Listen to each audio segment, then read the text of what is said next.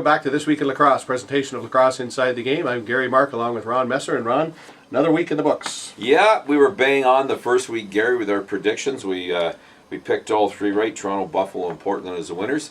And this week we've got a full schedule of games, a couple on Friday night and a bunch more on Saturday night. We're going to go through in a second segment. So I want to start off and talk about the game that you were at, Buffalo and Philadelphia. Yeah, the Bandits raised the banner, the 2008 champions banner, and over 18,000 full house there. As I posted on the site the next day, first half probably could have missed and not missed a whole heck of a lot. It was a very, very boring first half as far as I was concerned.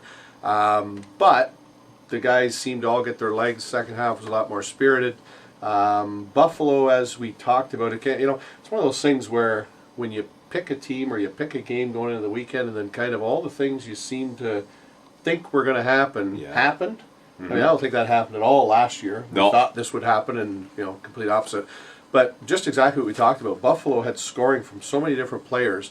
Of course, Steenhouse, 4 goals, 4 assists on the night. He was the player of the game. John Tavares, Delby Paulis, Roger Weiss, everybody kind of chipped in with a goal or two.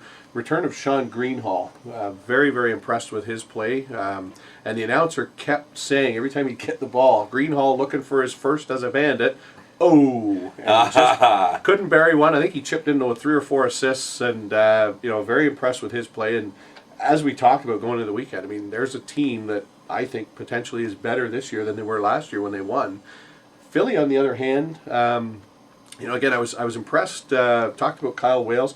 I was impressed with Drew Westervelt, second-year player. He didn't play a lot last year. He had a foot injury. A couple of nice goals by Westervelt. Wales got a nice goal. They just really miss Nathan Iannucci, though. Oh, heck yeah. There's a go-to guy who's 71 goals. Heck yeah, you're going to miss that. I watched the game on online, NLL.com. Hey, by the way to go, NLL. All 3 games on last weekend, and from what I read on the site today, they're going to try and have, or they are going to have every game on the National Lacrosse League schedule available to all the fans free of charge at NLL.com every week. I think that is terrific. I think that's a really cool thing for the league to do. Thank you, Commissioner Jennings, everybody else who put that together. Absolutely. And it's a great PR thing too, because there's a lot of people that like to see the game that don't have it because there isn't a lot of TV coverage. Can't get to a game. It's going to want to they're going to want to go to a game after watching it, because it's such an exciting product. And I just want to say to my old buddy, the Hammer, Mike Hancock, who handled the play-by-play to Buffalo, again, great job, Hancock. Just terrific, man.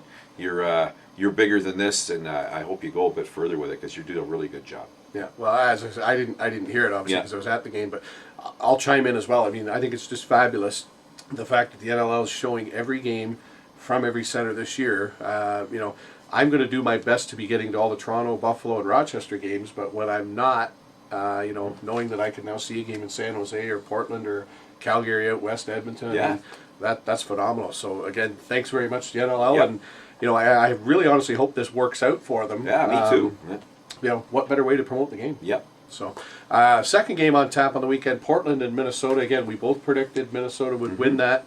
Relatively close score, 11-7. I think you called a converted touchdown, or I called Minnesota by a touchdown. I wasn't too far off. Yeah. Portland looked pretty good. I was really surprised. Once again, another place I was really impressed with the announcers. They've got a nice announcing team out there. I'm sorry, gentlemen, I don't know your names because you only said it once at the start and I missed it. But a good show. They got, the people went there. They were well entertained. The game itself was a great game. Got to see my buddy Joe Weber in the net for 1 minute and 50 seconds. Oh, yeah? They pulled Dallas Elliott out for a breather there when they started getting were getting hammers. Disher, wasn't it? Disher, excuse me. Yeah. Matt Disher, excuse me.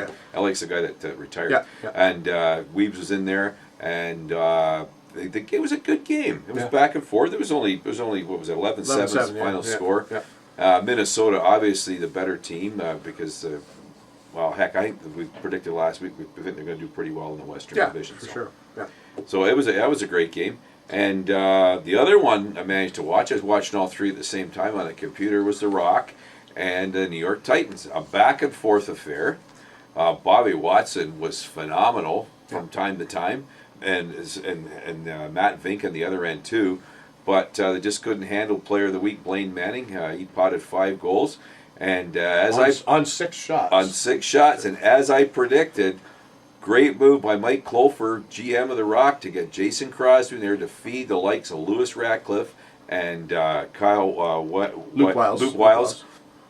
And man, oh man, Wiles, you know what? I've never really watched him play much before, but what a shot, man. The guy's got a cannon. Yeah. And it wasn't just Crosby to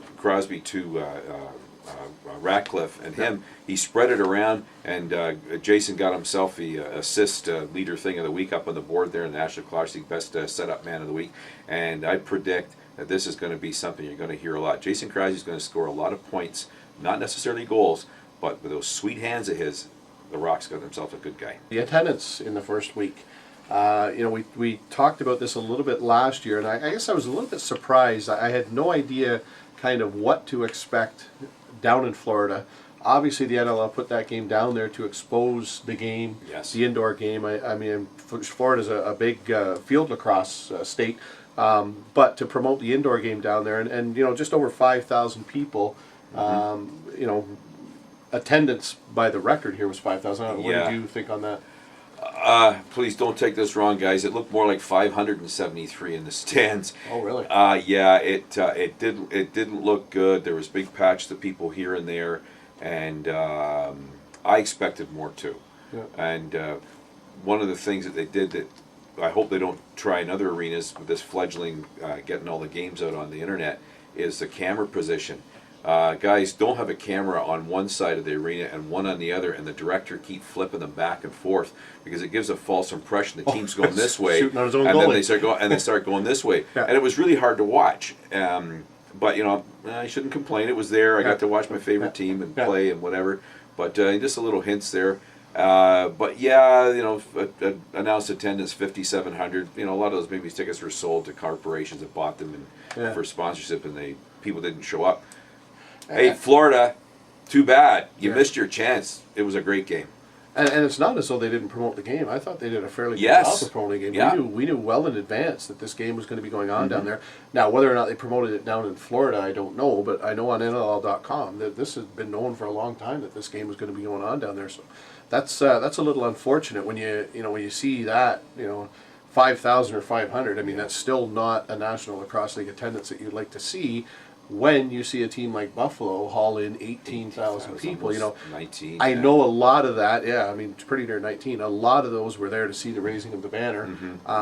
But at the same time, they consistently draw 13,000 or more, up to 15, 16. So NLL, just people at NLL, if you're watching this, I hope you do from time to time, but just take a little hint from us here in the summer game. One of the things we really suffer with in the summer game, getting people in the arenas here, is the fact that it's nice outside and it's hot, and you don't want to go inside a building at night. Maybe that's why the game didn't draw too well, Gary, down in the south. Who knows what it was like in Miami that night, or wherever it was, where the Panthers play outside of Miami there.